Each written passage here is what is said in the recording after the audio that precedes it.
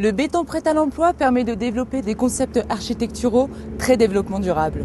Pour nous en parler, Monsieur Pierre Tour, architecte spécialiste de ces problématiques. Suivez-moi. Monsieur Tour, nous sommes dans le lycée Victor Hugo, un lycée dont vous êtes l'architecte, un lycée HQE, haute qualité environnementale. C'est effectivement un retour aux sources pour le métier d'architecte. C'est prendre en compte le site, les éléments naturels, les vents, la course du soleil, le terrain, et à partir de ces fondamentaux, reconcevoir une architecture plus soft-tech qui prenne en compte donc les éléments naturels. L'approche environnementale que vous avez eue ici, peut-on la retrouver sur des maisons individuelles ou des petits collectifs ? Cette démarche, elle n'est pas spécifique à un lycée. Elle peut s'appliquer bien évidemment à du logement, que ce soit du logement collectif ou du logement individuel.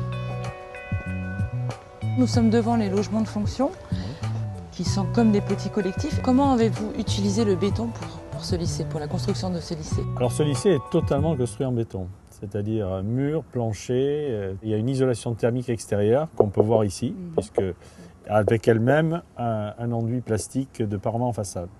L'intérêt de cette solution, c'est que ça permet d'avoir toutes les qualités de l'inertie thermique du béton qui sont mises, si vous voulez, au profit du bâtiment et en particulier du confort d'été.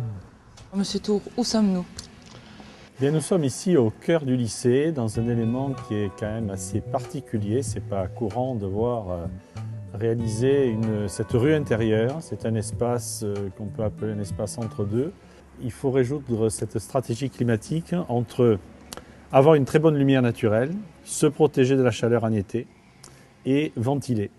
Donc là, l'essentiel des salles de classe ouvre au nord. Par contre, cette rue que vous voyez ici, on bénéficie en plein du soleil. En été, il fait très chaud et le brise-soleil que vous voyez ici protégera de ces rayons.